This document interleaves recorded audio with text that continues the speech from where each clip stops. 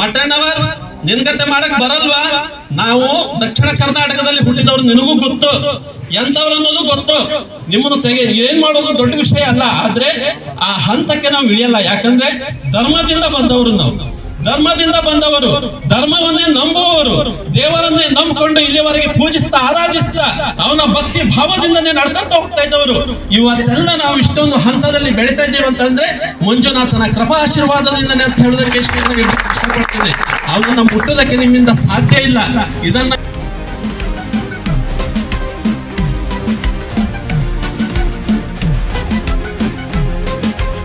माता की जय, बोलो भारत माता की जय, वंदे मातरಂ. ಉಳಿಸಿ ಉಳಿಸಿ ಧರ್ಮಸ್ಥಳ ಉಳಿಸಿ, ಉಳಿಸಿ ಉಳಿಸಿ ಧರ್ಮವನ್ನು ಉಳಿಸಿ.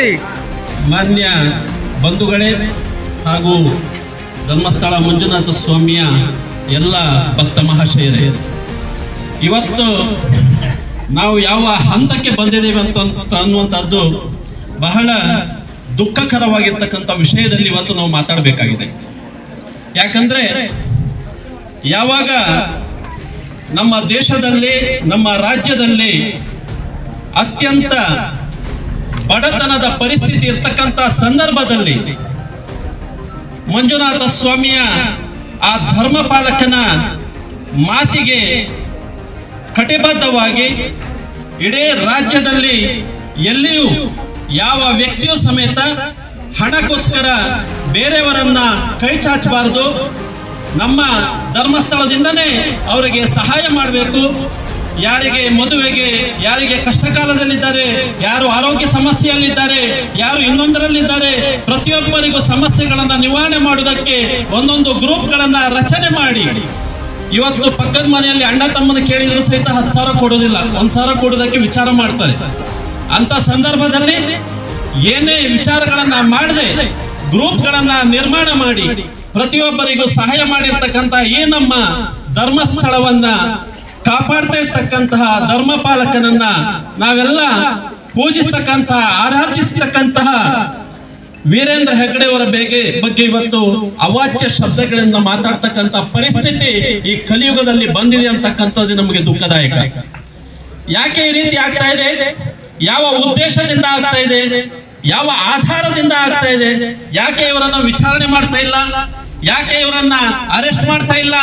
ಯಾಕೆ ಇವರನ್ನ ಒಯ್ದು ಯಾವ ಹಂತದಿಂದ ಬಂದಿದೆ, ಏನಾಗಿದೆ ಅನ್ನೋ ವಿಚಾರಗಳು ಗೊತ್ತಿದ್ದ ಮೇಲೂ ಯಾಕೆ ಇವರನ್ನ ವಿಚಾರಣೆ ಮಾಡೋದಿಲ್ಲ? ಕರ್ಕೊಂಡೋಗಿ ಇವರನ್ನ ಮಂಪರ ಪರೀಕ್ಷೆಗೆ ಒಳಪಡಿಸಬೇಕು. ಇವಾಗ ಯಾಕೆ ಅಂತಂದ್ರೆ, ಯಾರು ತಿಮ್ಮರೋಡಿ ಯಾರು, ಅವನ ಹಿಸ್ಟ್ರಿ ಏನು, ಅವ ಎಲ್ಲಿಂದ ಬಂದಿದ್ದಾನೆ, ಯಾವ ಆಧಾರದಿಂದ ಹಿಂದೂ ಸಂಘಟನೆಯೊಳಗೆ ಸೇರ್ಕೊಂಡಿದ್ದಾನೆ ಅಂತಕ್ಕಂಥದ್ದು ಪ್ರತಿಯೊಬ್ಬರಿಗೂ ಗೊತ್ತಿರ್ತಕ್ಕಂಥ ವಿಚಾರ. ಯಾಕೆ ಇದಕ್ಕೆ ಪೊಲೀಸ್ ಇಲಾಖೆ ಕೈ ಹಾಕ್ತಾ ಇಲ್ಲ? ಯಾಕೆ ಇದಕ್ಕೆ ಸರ್ಕಾರ ಕೈ ಹಾಕಿ ಅವರನ್ನು ಅರೆಸ್ಟ್ ಮಾಡ್ತಾ ಇಲ್ಲ?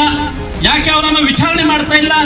ಯಾಕೆ ಈ ಮಟ್ಟಣ್ಣವರು ಯಾರನ್ನುವಂತಹದ್ದು ಇಡೀ ರಾಷ್ಟ್ರಕ್ಕೆ ಗೊತ್ತಿದೆ, ಇಡೀ ದೇಶಕ್ಕೆ ಗೊತ್ತಿದೆ. ಒಂದು ವಿಧಾನಸೌಧಕ್ಕೆ ಬಾಂಬ್ ಇಡೋದಕ್ಕೆ ಪ್ಲಾನ್ ಮಾಡಿರ್ತಕ್ಕಂಥ ಅಧರ್ಮ ವ್ಯಕ್ತಿ, ಅಂತ ವ್ಯಕ್ತಿಯ ವಿರುದ್ಧ ಯಾಕೆ ಕ್ರಮ ಕೈಗೊಳ್ತಾ ಇಲ್ಲ? ಯಾಕೆ ಮಾತನಾಡೋದಕ್ಕೆ ಅವಕಾಶ ಮಾಡಿಕೊಡ್ತಾ ಇದ್ದೀರಿ? ಯಾರವನು ಯೂಟ್ಯೂಬರ್ ಸಮೀರ್? ಯಾರವನು? ಎಲ್ಲಿಂದ ಬಂದಿದ್ದಾನೆ? ಯಾರು ಅವನಿಗೆ ಹಣಕಾಸಿನ ನೆರವನ್ನ ಕೊಡ್ತಾ ಇದ್ದಾರೆ? ಯಾರನ್ನೋದನ್ನು ನಿಮ್ಗೆ ಅರೆಸ್ಟ್ ಮಾಡಿ ತನಿಖೆ ಮಾಡಕ್ಕೆ ಆಗ್ಲಿಲ್ಲ ಅಂತಂದ್ರೆ ಅದನ್ನು ಬಿಟ್ಟು ಹೋಗಿ ಇವತ್ತು SIT ಅನ್ನ ರಚನೆ ಮಾಡಿ ಇಡೀ ಗುಡ್ಡವನ್ನ ಹೂಳ್ತಾ ಇದ್ದೀರಾ. ಇಡೀ ಗುಡ್ಡದಲ್ಲಿ ಬೆಳೆದು ನಿಂತಿರ್ತಕ್ಕಂಥ ಗಿಡ ಮರಗಳನ್ನ ಕಡಿತಾ ಇದ್ದೀರಾ. ಅದಕ್ಕೆ ನಿಮ್ಗೆ ಅವಕಾಶ ಕೊಡೋದಕ್ಕೆ ಸಮಯ ಇದೆ. ಆದ್ರೆ ಇಂಥವರನ್ನ ಅರೆಸ್ಟ್ ಮಾಡಿ ಯಾಕೆ ನೀವು ಮಂಪರ ಪರೀಕ್ಷೆಗೆ ಒಳಪಡಿಸ್ತಾ ಇಲ್ಲ? ಏನಾಗಿದೆ ಅನ್ನೋದನ್ನ ಯಾಕೆ ವಿಚಾರ ಮಾಡ್ತಾ ಇಲ್ಲ? ಇದೆಲ್ಲ ಪ್ರಶ್ನೆಗಳು ಎಲ್ಲ ಭಕ್ತಾದಿಗಳಲ್ಲಿ ಇದೆ, ಆಕ್ರೋಶ ಇದೆ. ಆದ್ರೆ ನಾವು ಯಾಕೆ ಸುಮ್ಮನಿದ್ದೇವೆ ಅಂತಂದ್ರೆ ಗೊತ್ತಾ? ಧರ್ಮಪಾಲಕನನ್ನ ನಾವು ನಂಬಿದ್ದೇವೆ, ಮಂಜುನಾಥನನ್ನ ನಂಬಿದ್ದೇವೆ. ಧರ್ಮವನ್ನ ಉಳಿಸ್ತಾನೆ, ಬೆಳೆಸ್ತಾನೆ, ಧರ್ಮವನ್ನ ಎತ್ತಿ ತೋರಿಸ್ತಾನೆ, ಸತ್ಯವನ್ನ ನುಡಿಸ್ತಾನೆ ಅಂತಕ್ಕಂಥ ವಿಶ್ವಾಸದಿಂದ ಇವತ್ತಿನವರೆಗೂ ನಾವು ಸುಮ್ಮನಿದ್ದೇವೆ. ಆದ್ರೆ ಇವರು ಏನ್ ಮಾಡ್ತಾ ಇದ್ದಾರೆ? SIT ರಚನೆಯನ್ನ ಮಾಡಿದ ತಕ್ಷಣ ಅದನ್ನ ದಿಕ್ಕು ಬದಲಾಯಿಸೋದಕ್ಕೆ ದಿನ ಒಂದು ಸಾಕ್ಷ್ಯಾಧಾರಗಳನ್ನ ತಂದು ಕೊಡ್ತಾ ಇದ್ದಾರೆ. ಎಲ್ಲಿಂದ ತರ್ತಾ ಇದ್ದಾರೆ ಇವರು? ಹೇಗೆ ತರ್ತಾ ಇದ್ದಾರೆ? ಇದರ ಬಗ್ಗೆ ಯಾಕೆ ವಿಚಾರಣೆ ಆಗ್ತಾ ಇಲ್ಲ?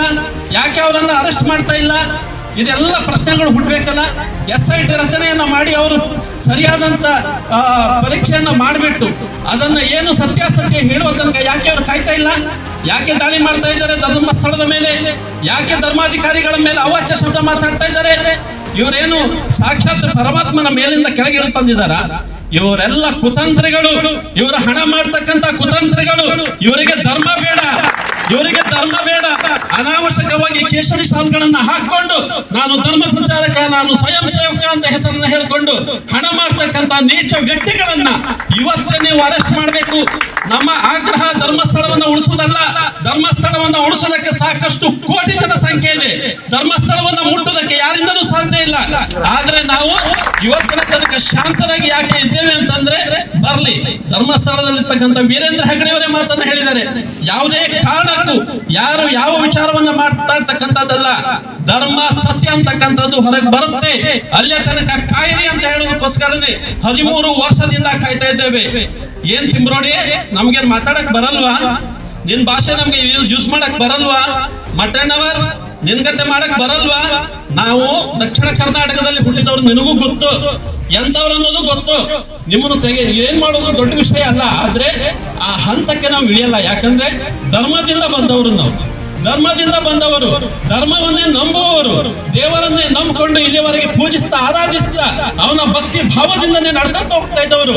ಇವತ್ತೆಲ್ಲ ನಾವು ಇಷ್ಟೊಂದು ಹಂತದಲ್ಲಿ ಬೆಳೀತಾ ಇದ್ದೀವಿ ಅಂತಂದ್ರೆ ಮಂಜುನಾಥನ ಕೃಪಾ ಆಶೀರ್ವಾದದಿಂದನೇ ಅಂತ ಹೇಳೋದಕ್ಕೆ ಇಷ್ಟಪಡ್ತೀನಿ.